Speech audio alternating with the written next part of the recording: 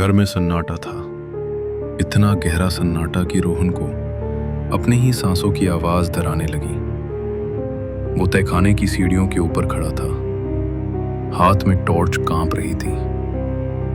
नीचे से फिर वही आवाज आई, टक टक खुर। पापा, रोहन ने धीमी आवाज में पुकारा। कोई जवाब नहीं। माँ पापा बाहर गए थे। आज पहली बार वो घर में बिल्कुल अकेला था। उसे साफ मना किया गया था, तहखाने में कभी मत जाना, लेकिन आवाज रुक नहीं रही थी। डरते डरते उसने टॉर्च चलाई और एक एक सीढ़ी नीचे उतरने लगा। लकड़ी की सीढ़ियां चरमराई, ठंडी सीलन भरी हवा उसकी गर्दन से टकराई। नीचे पहुंचते ही टॉर्च की रोशनी पुराने बक्सों, टूटी कुर्सियों और जाले से भरी दीवारों पर घूमी। फिर रोशनी वहीं रुक गई। कुछ हिला, रोहन की सांस अटक गई। लकड़ी की रेलिंग के पीछे दो सफेद चमकती आंखें उसे घूर रही थीं। उसकी टांगें जम गईं, आंखें पलक झपकाईं।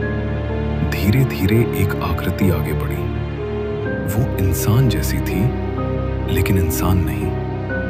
सड़ी गली चमड़ी, हड्डियों से चिपकी हुई, मुंह असामान्य रूप से खुला हुआ, नुकीले पीले दांतों से भरा, जिनसे काला लार टपक रहा था। रोहन चीख पड़ा। वो जीव रेलिंग पर चढ़ाया। उसके लंबे टेढ़े नाखून लकड़ी को खरोंच रहे थे। बचाओ!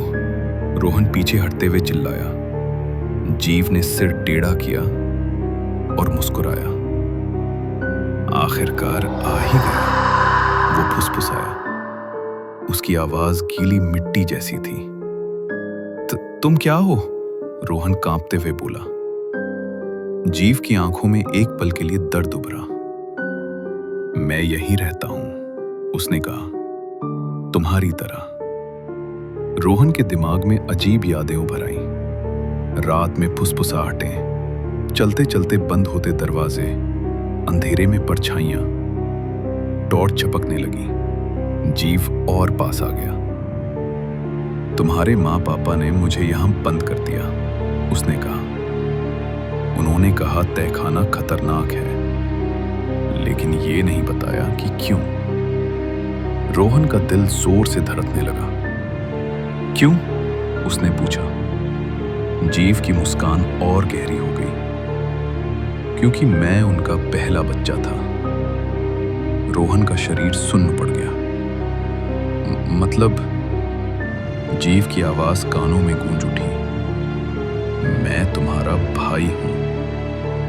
पीछे से तहखाने का दरवाजा धड़ाम से बंद हो गया और लाइट चली गई। अंधेरे में अब सिर्फ दो जोड़ी आंखें चमक रही थीं।